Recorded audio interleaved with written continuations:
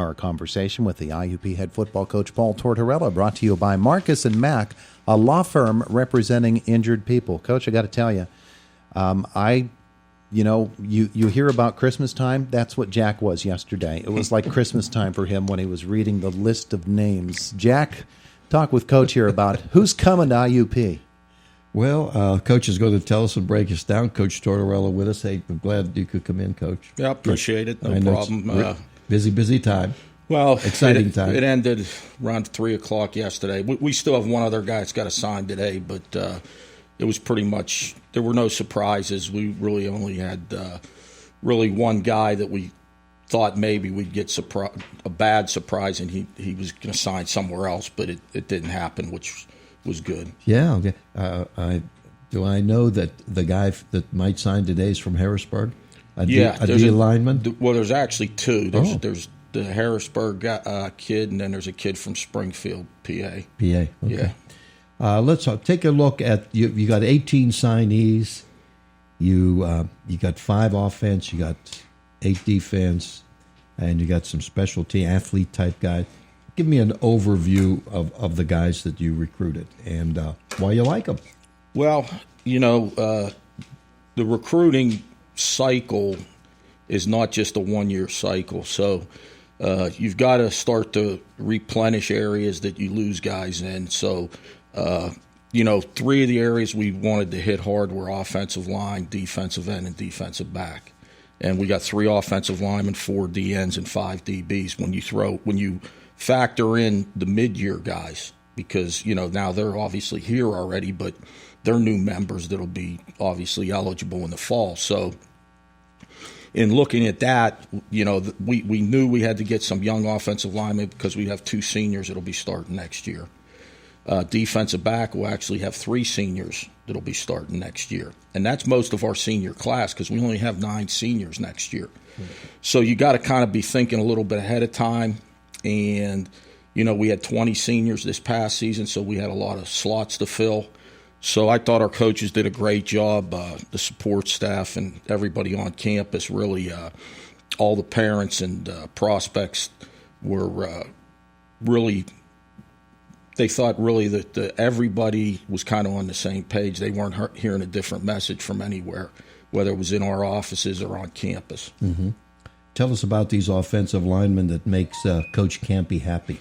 Well, I'll be honest. We had about 8 offensive linemen on our board, and these 3 were 1, 2, and 3. Wow, that's great. And which made it really nice is 2 of them committed after the first weekend, and the third guy committed the night of the second weekend. He visited Saturday, went home, and called us and said he was coming. So we were really done, and that helps because now you can go on to your other needs, and you know that it's over. We didn't bring any more offensive linemen in. We got the 3 that we wanted, and so we moved on. But all 3 of them are really good players. The Coatesville tackle, Santiago, he's a little bit undersized right now, but he's got a big, long frame. I think he can get to 280. He's about 6'3", really athletic. The guard from Central Dauphin, Layton, is a really good player. And the center, Comedy, 6'3", 305 pounds. He has a 4.2 grade point average. He was number 2 in his class at Wash High. So they all are smart football players, so to speak. They're in 3 offenses that ask their linemen to do a lot, which is important because you may watch a high school film and the lineman blocks down every play. Or, they're doing zone blocking and that's it. But these 3 had to do a lot of different techniques. So we feel really good that we got the top 3 guys. You got 9 players from the WPIAL. All the players are from Pennsylvania. Right. Tell us about the guys, and I saw a couple of them 2 years ago against Indiana from TJ in the wide out and also the defensive tackle. Right. Well, they're both heavily decorated. The wide out got Player of the Year in his class, which was 4A. That's Dan Diebner? Yeah, Diebner. And Danielson got the Freilich Award for the best lineman in 4A. So Danielson's a defensive lineman that's a playmaker. He's not one of those guys that's just going to stay on the line of scrimmage and eat up blocks. I mean, he's in the backfield all day. He's got stats, great defensive stats for an inside down guy. They're all 3-year starters. They all actually all played as freshmen at TJ, and I think they've won 48 games in 4 years. Obviously, they won the state championship. And Diebner, his stats, I didn't realize it until I saw him the other day. I mean, they're Star Wars stats. They're off the charts. I mean, he even has, I think, 10 career interceptions on defense. He had 11 interceptions, 3 punt returns for touchdowns. Yeah, and he had 40 touchdowns, I think, in his career. Yeah. He's a great receiver. And the great thing about him, he visited the first weekend, and he committed the next day. Mm-hmm. So I think our kids do a great job with the recruits when they come in, because they just tell it like it is, like we do to them. We're really honest, upfront, and transparent, and I think these high school kids saw that, and it's really where they wanted to be. You lost 2 great linebackers in Damon Lloyd and, of course, Nick Amendola. I mean, they played together for 3 years. Right. That's a big hole to fill. You got another Kelly in. Connor Kelly's transferring in, Zach's brother from Edinburgh. Tell us about the linebackers you recruited. Well, we got Zach. He has 2 years left. He's here right now in the program. He's a good player. Connor. Connor, not Zach. It was Zach's birthday 2 days ago, Zach Kelly. Yeah. So I had him on my mind. But Connor Kelly's a really good player, played really well against us. And he's a big linebacker. He's about 6'2.5", 230 pounds. So we got a little bit bigger there. The 2 we had were great players. So you're not just going to all of a sudden replace them. But we recruited a couple kids that will probably transition into defensive ends. See, what we're hoping is we get a couple linebackers that can transition to defensive ends, and a couple of the defensive ends that can get bigger and maybe transition inside. But the 2 guys that are definitely going to be linebackers are Montel Sims from Central Valley. He only played 5 games and he got hurt. He's 6 foot. If he was a little bit taller and didn't get hurt, I don't really think he would have been available for us. And this Calvin Trout out of Greensburg is that very athletic. He's like 6'2", 215 pounds. He played wide out on offense. He's a really long-armed body type that you're looking for. So, we filled in there. We've got Noah Vaughn that plays there who might transition into defensive end. And so there's a lot of talented guys we think that we brought in at that could play that position. Was there another wide out, this Alex Williams? Right. Because Diebner, in there you lost some pretty good wide receivers yesterday. We tried. We wanted to try to get 3 if we had 3 to go get. The second wide out's about 6'2", reminded us a little bit like JoJo when JoJo first was here. Basically, and if you look at our receivers, we have 2 kinds of receivers. They're either real big or small and real fast. It's actually funny. There's 5'9" and then 6'3". There's nothing in between. So Diebner's probably and Dwayne Brown are probably the in-between guys, but everybody else is either 5'9" or 6'2" or 6'3". So we liked his size. Really, their high school team was the only high school team of all recruits that didn't have a good year. I think we figured it out with the recruits, high school teams together combined were like 140 and 52 or something. We had 3 state semifinalists and 3 state finalists in those schools because we recruited 18 kids, but we've also had 2 kids from 3 different high schools, so there's like 15 or 16 high schools in there. Mm-hmm.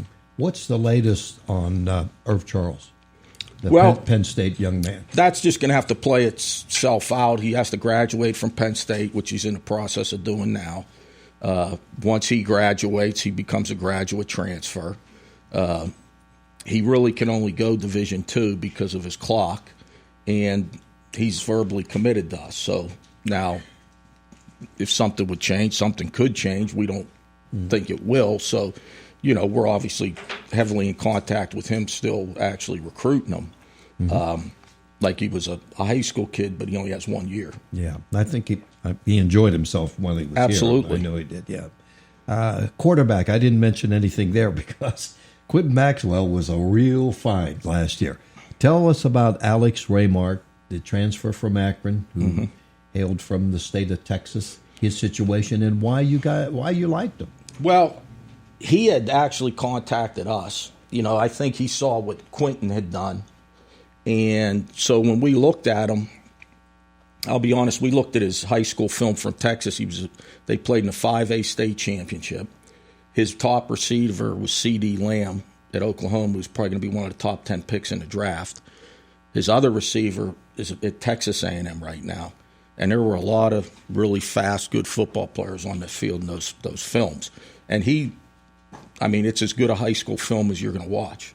And, he lit it up. Now, so you say, well, how did he end up at Akron? Well, he originally committed to one of the Louisiana, Lafayette or Monroe, one of those, and they had taken another guy, so they didn't take his commitment. He had a ton of Division I AA offers, Stephen F. Austin, those schools out there near Texas, and he wanted to go Division I. He originally was from Denver, and I think somebody in Denver knew Terry Bowden, who was the head coach at Akron, said, you ought to take a look at this kid. They gave him a scholarship on the last weekend. He was at Akron. He redshirted, played a little as a redshirt freshman, and then redshirt sophomore year, they had a new head coach come in that brought a guy with them from Tennessee, Chattanooga, and put him in there as the starter and actually bumped Raymart and the guy that was the starter from Akron down. And they went 0-11 and went 4 weeks, I think, without scoring a touchdown. So I think that the new coach there basically said, we're going to play our guys, we're going to take our lumps for a couple years, and hopefully in year 3 or 4 we're going to be pretty good. Unfortunately, that was not beneficial for Alex, so he obviously went in the transfer portal, and he's here now, obviously on the team, so we're excited to see what he can do in the spring. Yeah. Okay, we have just short on time here. I just want to ask you, will you add, or is it still open that you might add an 11th game? You're going to go with 10? You don't know. I've really tried to get an 11th game, and there's a lot of different reasons why we can't. One of them is we can't play on the road. Our second and third game are on the road. We're not going to play 3 road games at the beginning of the season. So that's a problem. Not a lot of people want to play us, and the ones that would play us don't want to come here. So, we've had 1 AA teams, show interest in playing us.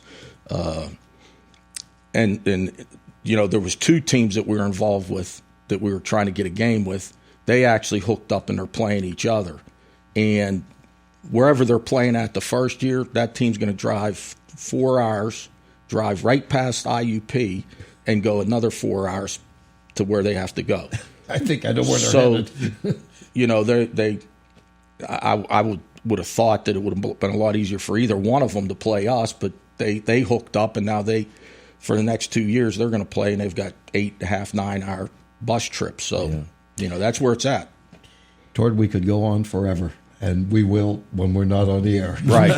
Hey, good luck. We'll look forward to spring ball and what's to come. This looks like a lot of fun. Well, we hope so. Yeah. Thanks, Jack. Thanks, Tord. Paul Tord. Thanks, Jack. Thanks, Tord. Paul Tord. Thanks.